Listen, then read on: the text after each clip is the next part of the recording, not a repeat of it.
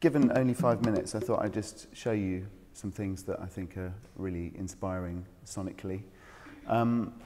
As Margaret mentioned, I'm a sound artist and composer and sound designer, so I have kind of quite a broad range of projects, one of which is Papa Sangre, which I'm not going to show you. I'm going to show you one thing that I did recently, but 4 other things that I've come across recently.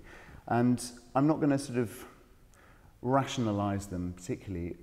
Suffice to say that they all interest me for the same reason, and that reason is the reason that I'm interested in sound, full stop. I find sound very interesting because I think it's very different from any of our other 4 stimuli.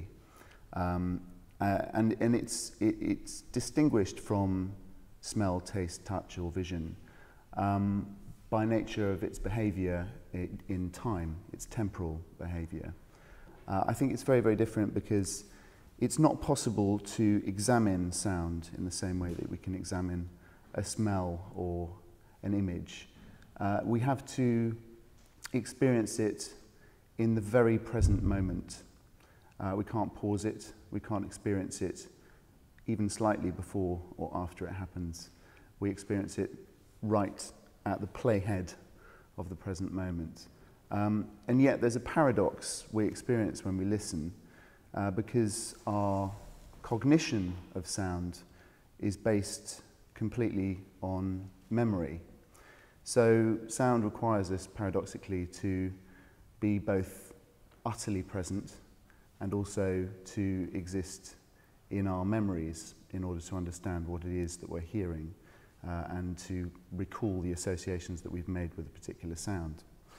And I think a lot of sound art that I come across and a lot of sound art that I want to make myself involves both knowingly and unknowingly trying to materialize sound, to demystify it, to make it less enigmatic, to hold it in your hand when you know that it will run through your fingers, and to be able to interact with it in the same way that we interact with a still image. We're able to walk behind a still image, we're able to sit in front of it for a period of time. So I'm going to show some things which I think are really magical and demonstrate how people have attempted to materialize sound, starting with an amazing little bit of film made by the Polish Film Unit in 1944, which is amazing bit of data visualization by Stefan and Franziska Themerson. In the second sound, the score has been more closely analyzed. Each group of instruments is represented by a different image. The simultaneous representation of several images illustrates the volume of sound produced by the orchestra.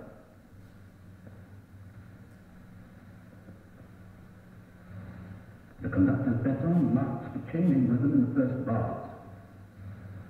1, 2, 3, 4.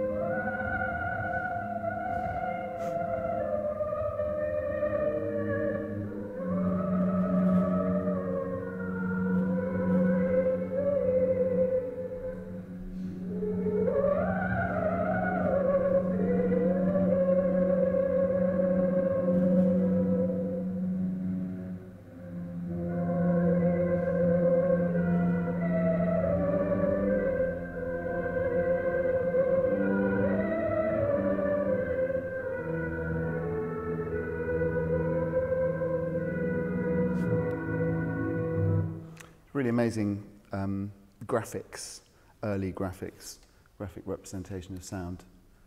The next thing I want to show you is a really nice collection of sound objects by George Ryle, and this was a project done this year. A literal interpretation of manipulating sound in physics. Exhibit 5. The bucket. Ileana, a worker at a Romanian bucket factory, tells that she hasn't seen a pollen count that high since Ceausescu. Her sneezing was toppled into the sink of Paddington Road along with a flush of dirty water.